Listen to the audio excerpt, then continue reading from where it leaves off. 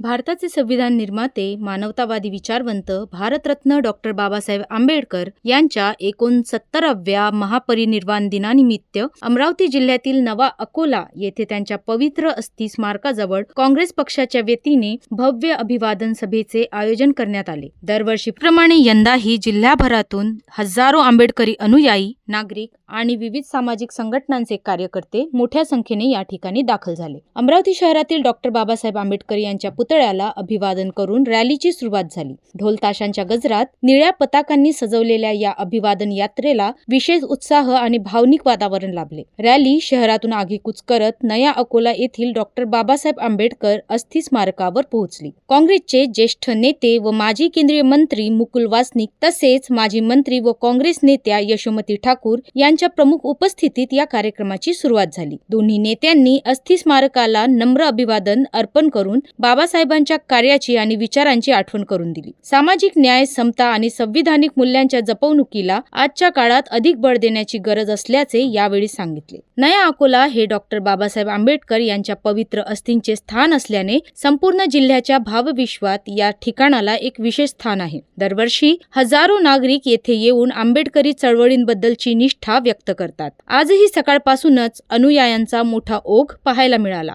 निळ्या झेंड्यांचा लखलखाट, जय भीमच्या घोषणांनी परिसर दुमदुमून निघाला। काँग्रेस पक्षाच्या वतीने या कार्यक्रमाचे उत्तम आयोजन करण्यात आले असून अनुयायांसाठी आवश्यक सुविधा, पाणी, वैद्यकीय मदत साखळी आणि वाहतूक व्यवस्थेची विशेष काळजी घेण्यात आली। सर्व स्तरातील नागरिकांनी बाबासाहेबांना अभिवादन करून संविधानिक मूल्यांनुसार चालण्याचा संकल्प व्यक्त केला। मी स्वतःला धन्य समजतो की आज भारतरत्न बाबासाहेब आंबेडकरांच्या महापरिनिर्वाण दिनानिमित्त नया अकोला येथे होत असलेल्या कार्यक्रमामध्ये मला उपस्थित राहण्याची संधी मिळाली।